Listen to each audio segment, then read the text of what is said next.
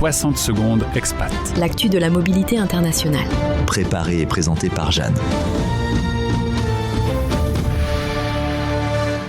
Le Cap a longtemps été apprécié pour ses paysages, ses plages et sa douceur de vivre. Mais la ville sud-africaine attire aujourd'hui pour bien autre chose, l'entrepreneuriat. Depuis quelques années, elle s'impose comme l'un des écosystèmes tech les plus dynamiques du continent africain.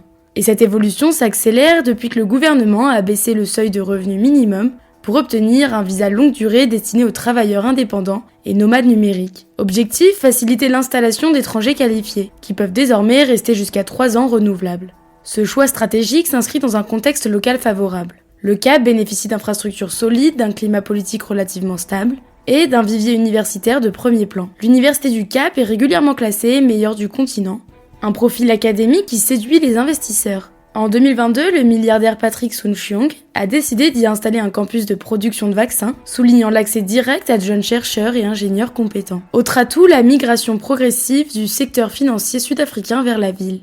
De nombreuses banques et entreprises de services ont choisi de s'y relocaliser, créant un environnement propice aux échanges, au financement et à l'innovation. Résultat, les fondateurs de start-up affluent. Parfois pour quelques mois par an, parfois de façon permanente. Certains viennent de Johannesburg, d'autres d'Europe ou d'Amérique du Nord. La diversité des profils est devenue une signature locale. Mais cet engouement n'est pas sans tension. Si l'écosystème est riche, l'accès au financement reste compétitif. Les investisseurs, bien que présents, ne sont pas toujours accessibles. Il ne suffit pas d'arriver au Cap pour décrocher un rendez-vous. Et la croissance rapide soulève aussi des enjeux sociaux. Inflation locale, pression sur l'immobilier, sentiment d'inégalité exprimé par certains résidents historiques. Reste que le Cap dispose aujourd'hui d'un positionnement rare. À la fois ville-monde, hub technologique et territoire d'expérimentation. Pour beaucoup d'entrepreneurs étrangers, c'est une combinaison.